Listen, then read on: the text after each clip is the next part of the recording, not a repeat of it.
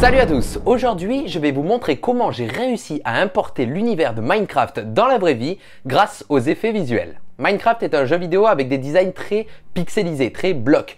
Donc on va pas avoir beaucoup de difficultés à recréer les textures du jeu. Alors c'est parti, on va aller sur After Effects, on va les créer nous-mêmes. Pour ce faire, dans After Effects, j'ai créé une composition en 2000 par 2000, histoire d'avoir une texture pixelisée de bonne qualité. Ensuite, je vais créer un nouveau solide dans ma composition et lui ajouter l'effet bruit fractal. Et je vais passer le type de bruit en bloc et ensuite je vais baisser sa qualité au maximum pour avoir donc cet effet pixelisé. Ensuite, je vais ajouter un effet qui s'appelle Triton et mettre des couleurs de terre. Mais toi, tu peux réadapter ces couleurs en fonction du matériel que tu veux. Et voilà, après ça, on a notre texture Minecraft. Bon, je sais, elle n'est pas ressemblante à 100%. Mais c'est très amusant de recréer tes propres textures et ensuite tu peux créer un mix entre plusieurs solides de bruit fractal pour créer par exemple ces textures là. Donc une texture avec de la terre avec des minerais un peu d'or et la fameuse texture aussi où on voit le gazon un peu au-dessus de la terre. Donc libre à toi, créer des choses, c'est vraiment très cool comme technique, même si on n'a pas encore une fois le résultat à 100% identique du jeu parce qu'eux ils font du pixel art, ils le font eux-mêmes avec des petits carreaux qu'ils colorient. Et puis c'est à 100% dans After Effects et sans plugin et ça c'est vraiment très cool. Ensuite on va commencer à travailler sur le plan vidéo, alors il faut que tu tournes une vidéo et si tu veux t'entraîner à faire cet effet, eh bien je te mets le lien dans la description, tu auras le téléchargement du plan, donc tu pourras en faire ce que tu veux, amuse-toi, entraîne-toi et crée des choses. Et du coup, je me suis opposé à un premier problème parce qu'une des premières étapes dans les effets spéciaux, c'est forcément le tracking. Je te l'explique à chaque vidéo, le tracking va permettre de recréer une caméra virtuelle pour intégrer ensuite tes effets visuels. Et là, en fait, le problème était que d'habitude, je tourne mes vidéos avec un objectif 24 mm ou 50 mm. Mais là, je me suis acheté un objectif 7-14 mm. Et comme je tourne avec un GH5 qui est en micro 4 tiers, ça équivaut à un 14 mm quand je tourne en 7 mm. Et pourquoi c'est différent de tourner entre le 14 mm et par exemple le 50 mm? Eh bien tout simplement parce que ces deux focales n'auront pas le même champ de vision. Avec un 14 ou un 7 mm, on va avoir un champ de vision beaucoup plus large. Et qui dit champ de vision beaucoup plus large, avec ce type d'objectif, dit déformation. C'est un peu ce que tu vois là. Tu vois ici, j'ai les bras quand même relativement bien écartés. Tu vois un bon champ de vision et c'est grâce donc au 14 mm.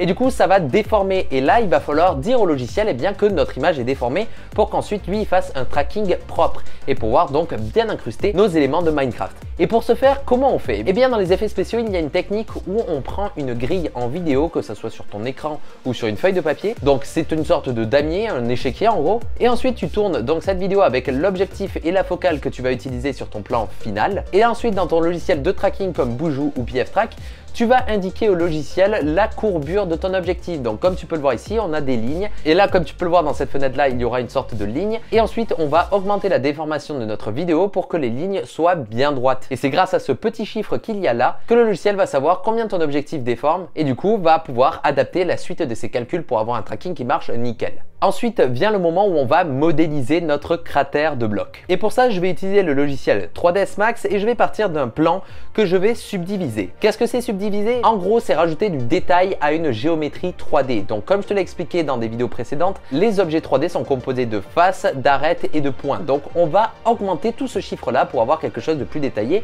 et nous permettre d'avoir beaucoup plus de petites faces. Donc maintenant que j'ai subdivisé mon plan, je vais pouvoir extruder mes faces. Qu'est-ce que c'est encore une fois l'extrusion? Eh bien l'extrusion c'est en gros prendre une face ou un point ou une arête et le pousser dans l'espace pour faire développer le volume de ma géométrie 3D. La modélisation c'est ça, c'est beaucoup d'extrusion. On va partir d'une boîte et ensuite de cette boîte on va extruder dans tous les sens pour obtenir une forme globale, la forme finale de notre modèle 3D. Et c'est ce qu'on va faire là, on va sélectionner des faces aléatoirement et les extruder vers le bas pour obtenir un cratère qui nous plaît. Donc tu peux lui faire prendre n'importe quelle forme. À toi de créer des choses cool. Et ensuite, je vais séparer les faces qu'on n'a pas extrudées des faces que l'on a extrudées pour attribuer différents matériaux à ces deux zones. Comme ça, les faces qui ont été extrudées, on va pouvoir attribuer la texture qu'on aura créée sur Adobe After Effects. Et ensuite, sur la face qui est au-dessus, donc la face qui n'a pas été extrudée, on va rajouter un matériel qui s'appelle Matte Shadow. Et à quoi ça correspond ce matériel? Eh bien, c'est un matériel qui va juste attraper les ombres de notre environnement tout en rendant invisibles les géométries qui se trouvent juste en dessous.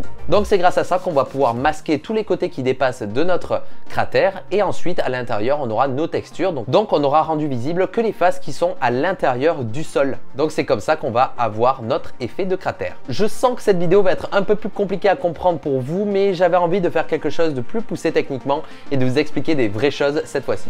Une fois le texturing terminé, j'ai rajouté un creeper, ces espèces de monstres qui explosent et qui font chier, que j'ai trouvé sur le net, et j'ai fait mon éclairage avec un panorama HDRI que j'ai pris avec ma caméra Insta360. Tu as l'habitude, un panorama HDRI, ça permet de recentrer bien tout l'éclairage et toutes les réflexions qu'il y aura sur tes modèles 3D pour obtenir un résultat beaucoup plus réaliste que juste avoir une lumière. Ensuite, j'ai rajouté une explosion qui provient du site Action VFX pour faire sauter notre creeper. D'ailleurs, sur le site Action VFX, si tu utilises le code ATOM, tu auras une petite promotion qui fait plaisir. Et voilà, maintenant le tour est joué, j'ai réussi à mettre un cratère Minecraft dans une de mes vidéos. Voici encore une fois le résultat final.